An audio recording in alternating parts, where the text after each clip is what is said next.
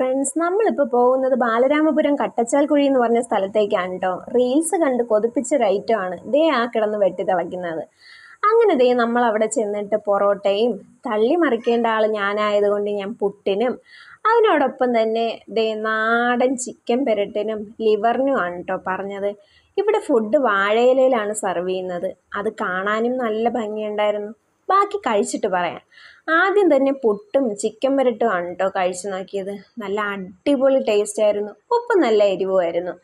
പിന്നെ അതേ പൊറോട്ടയുടെ കൂടെയും ചിക്കൻ പെരട്ട് നല്ല അടിപൊളി കോമ്പിനേഷൻ ആയിരുന്നു കേട്ടോ. ലിവർ പെരട്ടിനാണെങ്കിൽ നല്ല വെളിച്ചെണ്ണയുടെ ഫ്ലേവറും നല്ല ടേസ്റ്റും ആയിരുന്നു കേട്ടോ. രണ്ടിനും നല്ല എരിവുണ്ട്.